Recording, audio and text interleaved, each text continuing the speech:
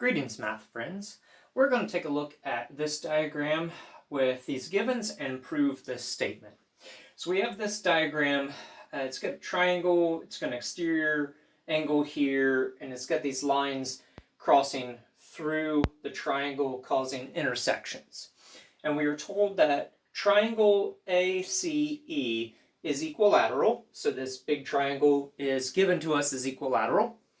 And then that JDE, this angle right here on the side of the triangle, is going to be 120 degrees. And we are told that we need to prove that DEG, so this triangle down here, is equiangular.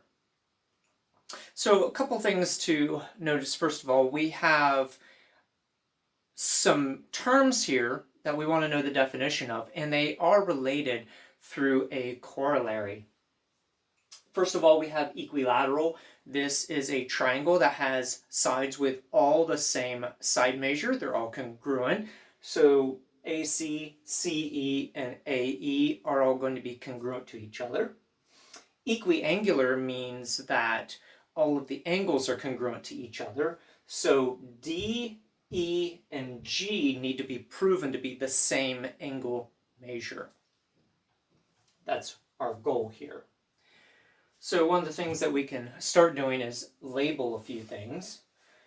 We can label that this is 120 degrees here.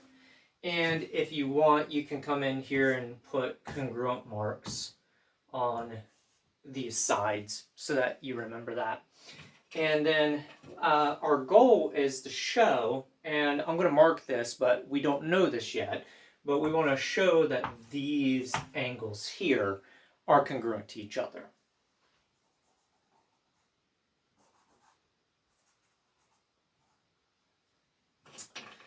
All right, so the first thing that we want to do is we want to mark our givens and a two-column proof if we're going to do this like a high school style proof.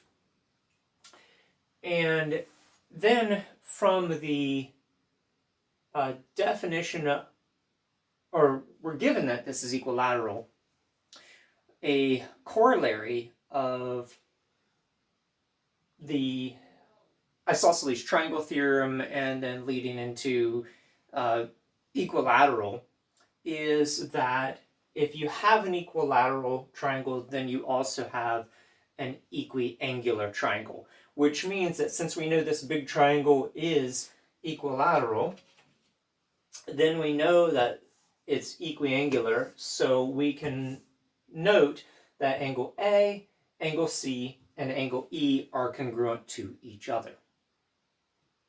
Next, we can note that since this angle here is 120 degrees and this is a straight line, by the supplement theorem, we know that this angle HDE right here also has to be 60 degrees since these have to add up to 180 degrees. So this is also a 60-degree angle.